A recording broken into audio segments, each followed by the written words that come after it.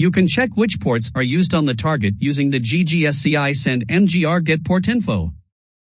Explain implementing Goldengate in conjunction with a planned or unplanned DataGuard failovers. When DataGuard goes through a failover, Oracle Goldengate should be managed just as though there was a hot standby switch. This presumes that OGG is already properly installed on the DataGuard standby node. The manager may be running but no extracts would be running. No replicat would be running on the target side. The key issue is to start the OGG extract at the proper time. This is done with an alter extract, begin command in XI. If the failover is planned, then the exact startup time is known. If the failover is unplanned, the alter time should be just prior to the failure so that nothing is missed.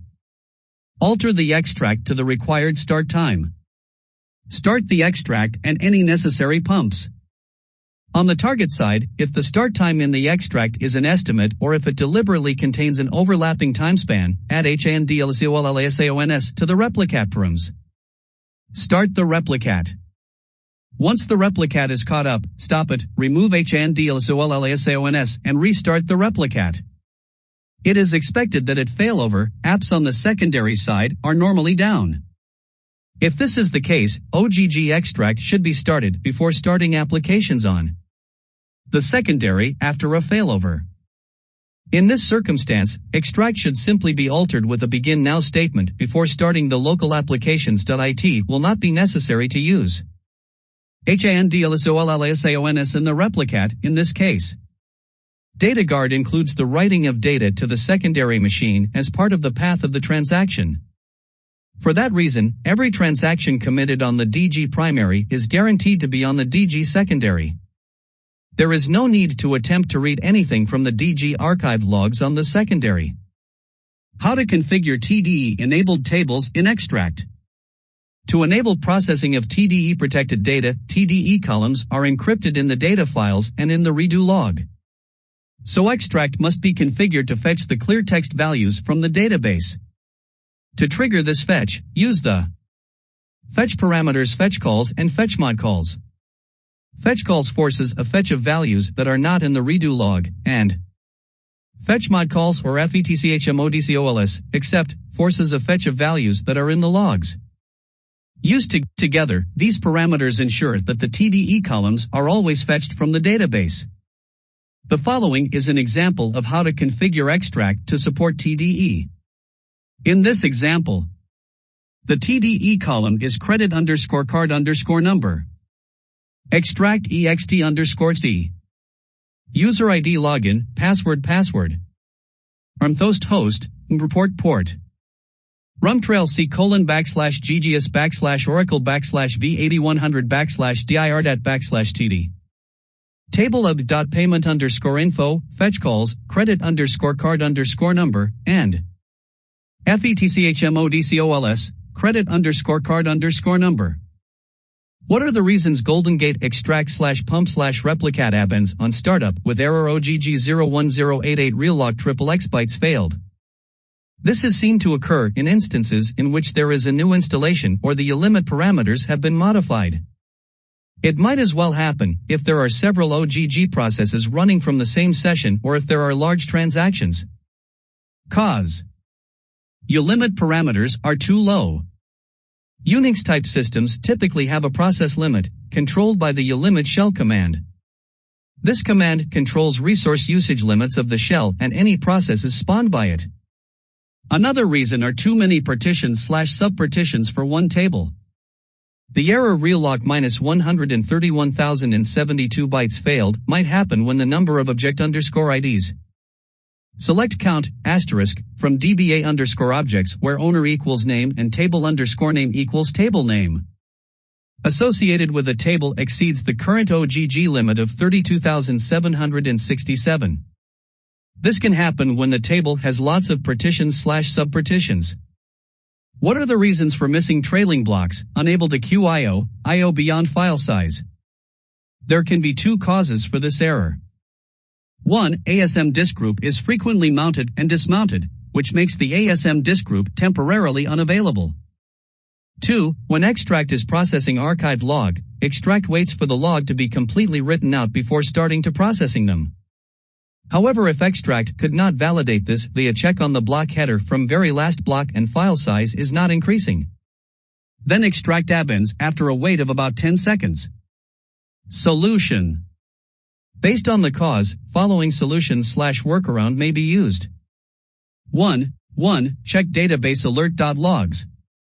If there are many mounted and dismounted messages for the ASM disk group, this is likely a known issue, particularly in an environment where multiple databases are being supported, where when an archive log is written, then we dismount the disk group. If another environment tries to access the disk group while it is being dismounted, we get errors. A small dummy tablespace in the related disk group may be created.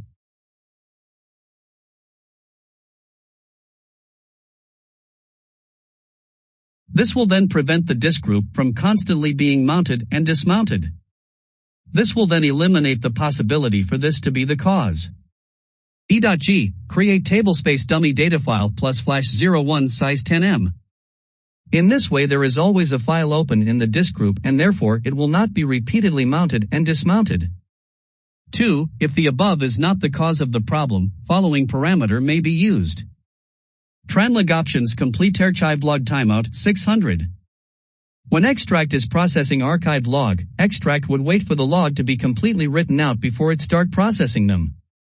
However, if extract could not validate this via check on the block header from very last block and file size is not increasing, then extract would abend after a wait of about 10 seconds.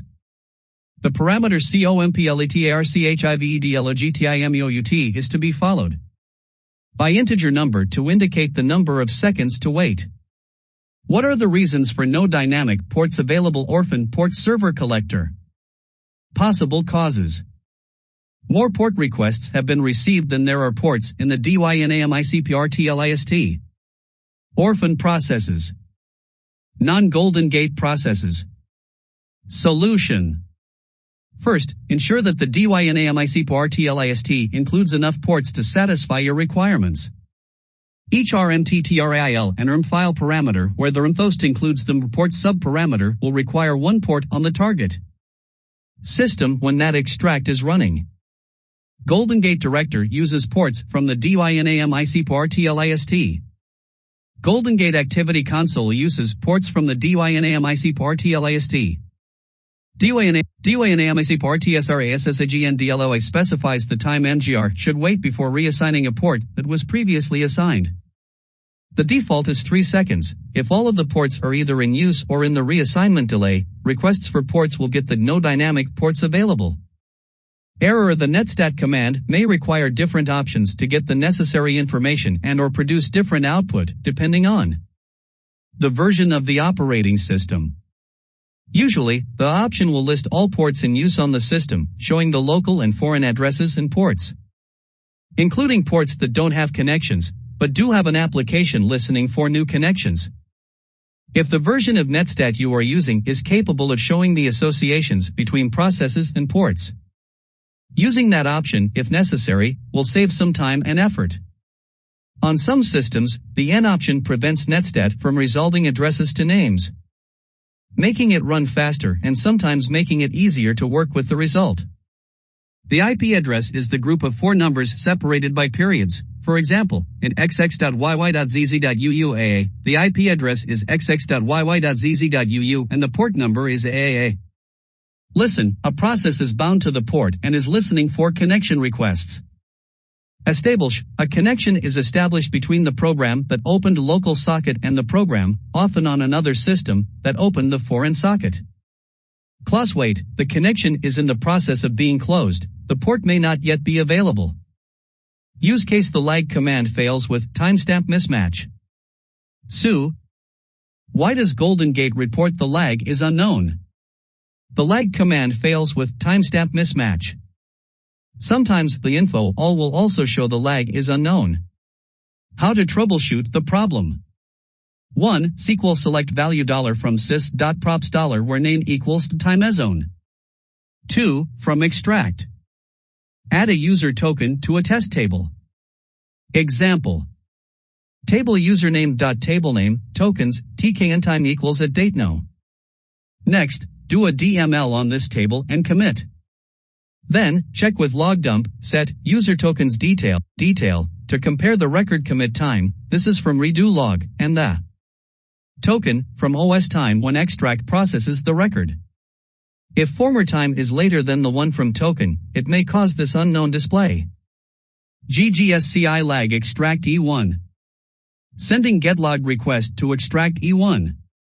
Lag unknown, timestamp mismatch between source and target. At EOF, no more records to process. $env grep tz. tz equals PST9 PDT. $date. Monday, March 12, 12:40 and 57 seconds Pacific Daylight Time 2007. $export tz equals PST8 PDT. $date. Monday, March 12, 13:41 and 8 seconds Pacific Daylight Time 2007. Does Goldengate support tables with an unused column? Yes. Starting in version 9.5, Goldengate supports tables with unused columns, but the support is disabled by default, and extract appends on them. You can use the options parameter with the allow unused column option to force extract to generate a warning and continue processing. When using allow unused column, either the same unused column must exist in the target table, or a source definitions file must be created for. Replicat with the defgen utility. You can include the appropriate alter table, set and used statements in a DDL replication configuration. How to handle tables without primary keys or unique indexes with Oracle Goldengate. In order to maintain data integrity when replicating transactional data, Oracle Goldengate will use primary key columns or unique index columns to uniquely identify a row when issuing update or delete statements against the target database.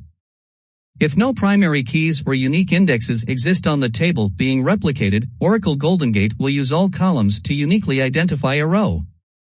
It is perfectly acceptable to use all columns to uniquely identify a row under the following conditions. A logical key column cannot be defined for the table using the keycalls parameter. No duplicate rows exist in the table. Table contains a small number of rows, so full table lookups on the target database are minimal. Table DML activity is very low, so all column table supplemental log groups do not negatively impact the source database redo logs. If the table being replicated does not meet all of the conditions listed above, it is recommended to add a column to the table with a sys_GUID default value to uniquely identify the row. The next section describes the detailed steps on how to configure a table without a primary key or unique index in order to uniquely identify each row.